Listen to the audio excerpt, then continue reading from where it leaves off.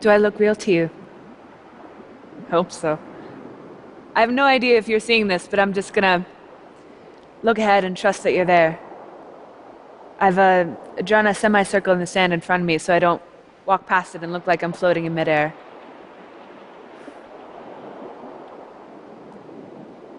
Right now I'm standing in the open air, on a beach under a palm tree, in the exact spot where your stage used to be. I have 12 minutes with you. I set a limit. My wife Naveed once said that infinite possibility is a creator's worst enemy.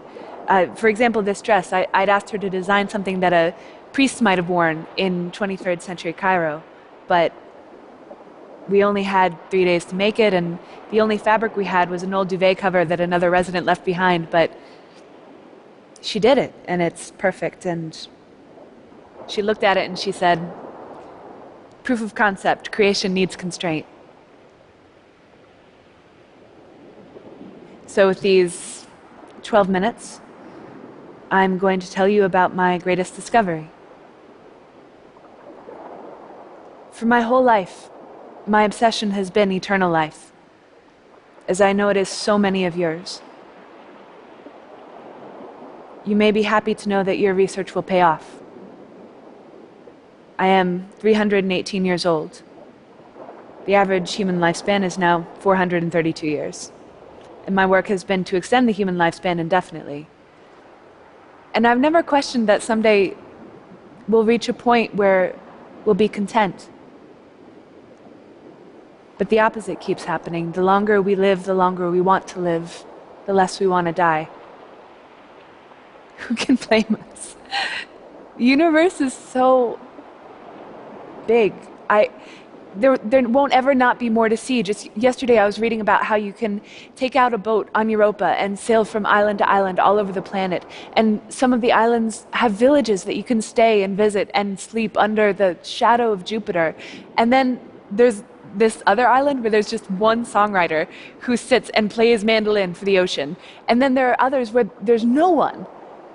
And there never has been. And so you go just for the pleasure of touching your foot to sand that no foot has ever touched before. You could spend 400 years doing just that.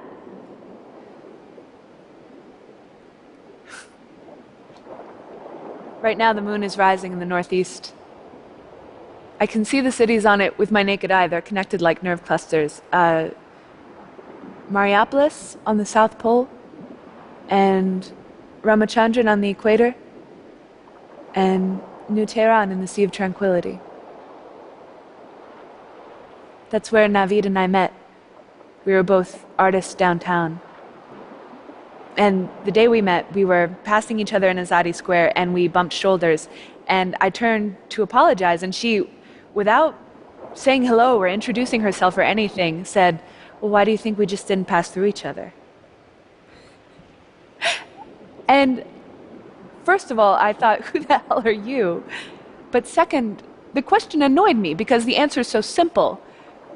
I said, we didn't pass through each other because elementary particles have mass, and because the space between elementary particles is filled with the binding energy that also has the properties of mass, and we've known that for 800 years. She must have been in one of those moods where she likes to mess with strangers, or maybe she was just flirting with me, because she looked at me and said, I thought you'd say that. Think deeper. And then she took off her belt, this belt that I'm wearing now. And she said, our universe is built so that particles have mass. Without that basic constraint, we'd have just passed right through each other at the speed of light and never even known. And that's how our romance began.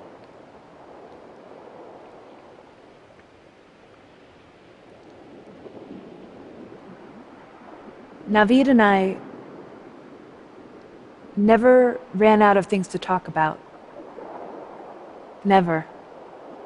It was incredible. It was like we were both heroes climbing up into a mountain range together, and We kept arriving at new vistas, and these new perfect constellations of words would come out of us to describe them, and then we'd forget them as soon as we made them and throw them over our shoulder and go on to the next thing, on and up. Or one time, Naveed said that our talk was like we were always making bread, and that we were always adding in a little more flour and a little more water, and folding it in and turning it over and never getting around to baking it. If my obsession was eternal life, Naveed's obsession was touch. She had a genius for it. All of her work revolved around it. My body was like a canvas for her, and she would draw her fingertip down over my face so slowly that I couldn't feel it moving, and she was obsessed with the exact moment when I would stop being able to tell the difference between her body and mine.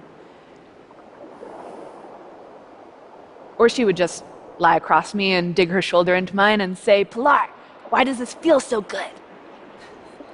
I'd say, "I don't know." And she always had a facetious answer for her facetious question, but the answer I remember today is, it feels good because the universe chose its constraints and we are its art.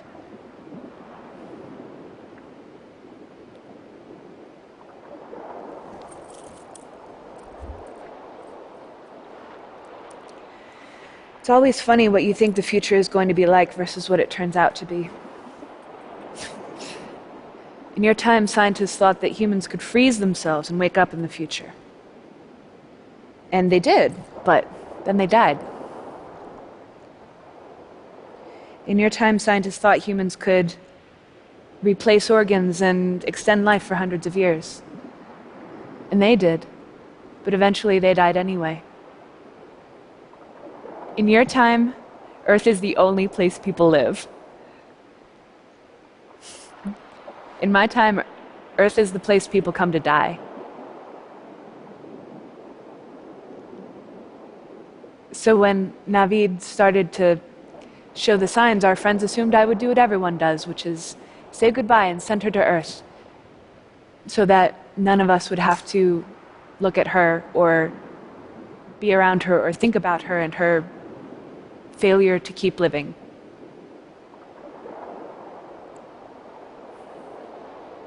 More than anything, they didn't want to be around her actual physical body. They kept referring to it as declining, even though she herself was fascinated by it, the changes it was going through, following the rules of its nature day by day, independent of her will. I did send Navi to Earth, but I came with her.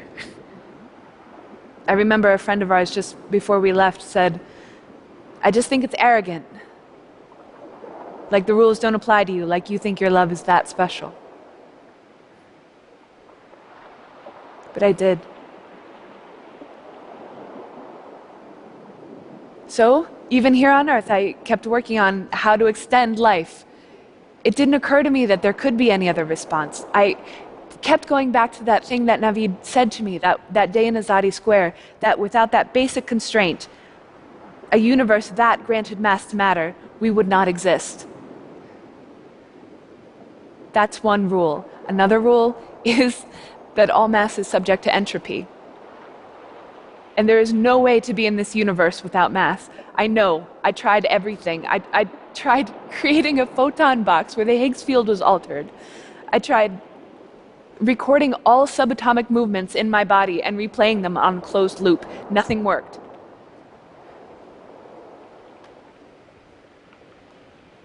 But my final innovation was to create a coiled dimension with the boundaries of a body in which time moved infinitely slower, but whose projection would appear to move in normal time. That body would then appear in our universe as a hologram. Here but not here.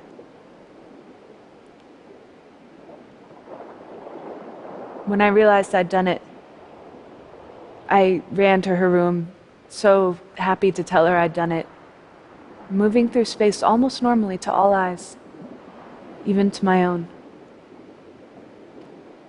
and went to lie down next to her and forgot and fell right through her.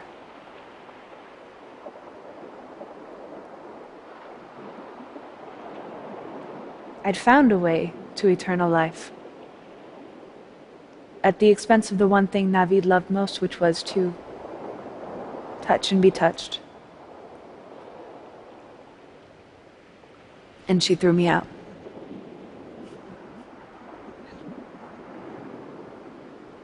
I still got to watch, though. Humans live 400 years now, and we still die. And when death comes, the dying still pick at their bed sheets. And their arms break out in blue and violet blooms on the insides, and their breaths get further and further apart, like they're falling asleep.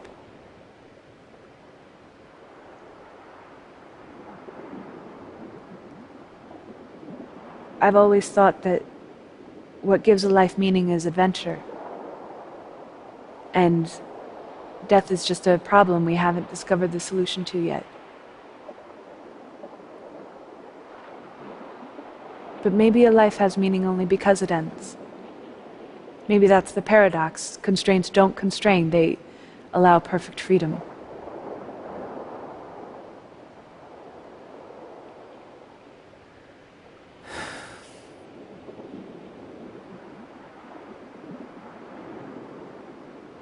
There was a thunderstorm here this morning. There's another forecast for tonight, but for now the sky is clear.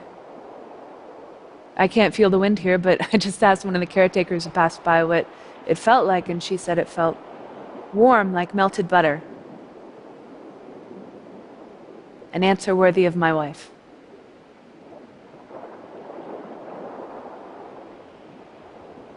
I have to find my way back to the flesh. Until then, I take up no space but the space you give me.